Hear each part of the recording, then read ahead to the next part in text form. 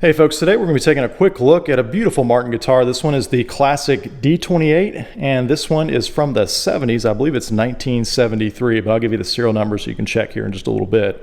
This one's got a really beautiful patina there. However, it does have quite a few condition issues, so I really wanted to make this video for prospective buyers that are interested in this specific guitar here, so they can see all those condition issues up front and know, what they're getting into before. Okay, so that's really what the point of this video is. I'm sorry if you're looking for a musical demonstration. This is not the video. But like I said, it is a D28 here, and this probably isn't going to show up on video, but I'll read you what I see inside there. So this is the D28. The serial number on it is 325776. And like I said, I'm pretty sure it's from 1973. Set it back up there, and I'm just going to run down and give you the condition issues that I see. We'll kind of start out here on the top and then go around the sides to the back and then up the neck and get a good look at the headstock there. So first thing that I notice immediately on the front is a lot of surface checking on the finish there. I mean, you can see just all across the top there. Some people like that, but it definitely, it's noticeable. You can see it's just all across the face of the guitar there. All right. And then there are quite a few dings and dents. You can see it down here even. Nice big one. This one's an older one because you can see it's darkened. So this one happened a while ago. But then I see some more over here. Most of the finish is intact. It hasn't been chipped off, but you can see just how small the chips in that surface checking are underneath the strings there. Of course, you can see the pick guard is starting to peel off. That seems to be kind of a common problem from guitars in the 70s there. So that's something that can be fixed. It almost looks like it might have been done already, because you look when you push that pick guard back on, either it shrunk or somebody already put a different one on here, because you can see some of that glue around the pick guard. So again, don't know the full history. That's just a guess there.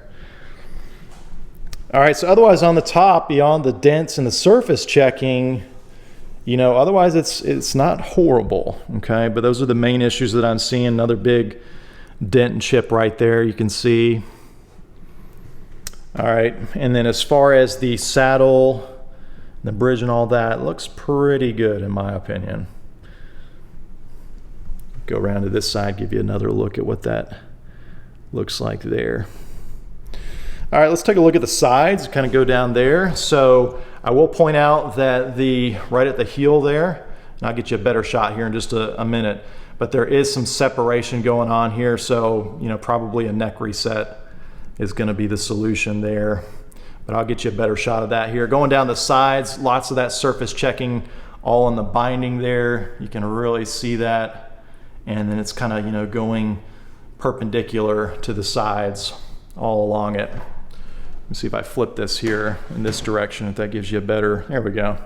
So you can really get a good idea of the scratches, the finish. It's worn down. It's kind of got that halfway gloss matte finish there, lots of scratches, and I'm feeling these for sure. These definitely go pretty deep. And coming down here to the sides, again, lots of dents and dings. Let's see if I can hold it up to give you a little bit better idea.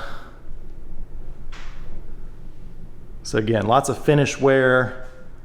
Lots of dents, dings, and chips in the finish there. Let me flip it around. I'm sorry, I'm kind of doing this one-handed, so I want to show you everything without dropping the guitar here. Lift it up just a little bit in the light so you can see.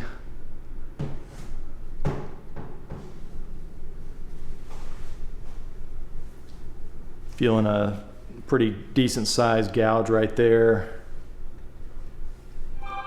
Lots of surface checking here. There's kind of a weird pit right there. I'm not sure what's going on there. I'm feeling that for sure.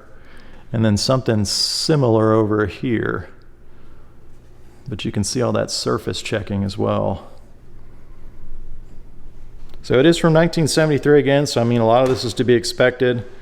Let me see if I can get you a real good shot here at the heel. So you can see it is starting to separate just a little bit right here. So hopefully you can see that, you know, very small, but it is starting to separate for sure. Okay. All right, let's take a look at the neck here. So some, again, dents and chips, surface checking. More dents, scratches, kind of gouges along there. You know, I'm feeling all of that for sure. All right, and then I'll show you the tuners up top here in just a second. Flip it over to the other side, give you a different view of it. You can see, of course, there was a strap peg right there at one point in time, and I don't know if it fell off and they moved it over here or what happened, what's the story on that, but that's what we're seeing. And again, just kind of give you a close-up look of where it's starting to separate right there on the heel.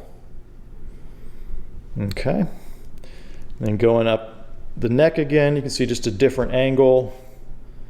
Oh, let me get it to focus better for you. Sorry about that, that's better. Okay, so there you can see some really good close-up views of all those physical imperfections. All right, and then let's talk about these tuners. So obviously it looks like they were replaced at some times. You can see the holes from the original ones, and then they've got these Grover tuners on there now. So don't know the full history and story on that, but that was swapped out at some point. Again, lots of surface checking. I mean, you can just see all the way across the headstock there. All right, and then going across the top, you can see just some minor dents and dings there at the top of the headstock. Let me flip it around for you so you can see this side real good in the light.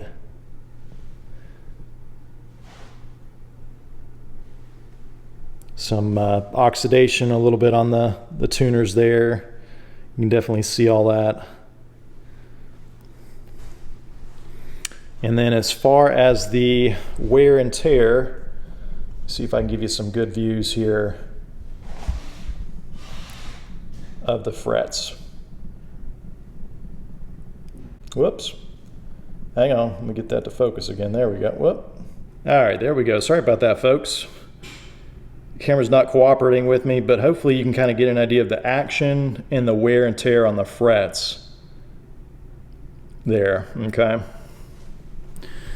All right, so that kind of gives you an idea, a pretty good idea, hopefully, of the condition issues on this guitar, and that way you can kind of plan accordingly, budget-wise. You know, when you take it to a luthier, what kind of costs and expenses are to be anticipated. You know, I definitely encourage you, if you're looking at buying this guitar, send this video to your luthier.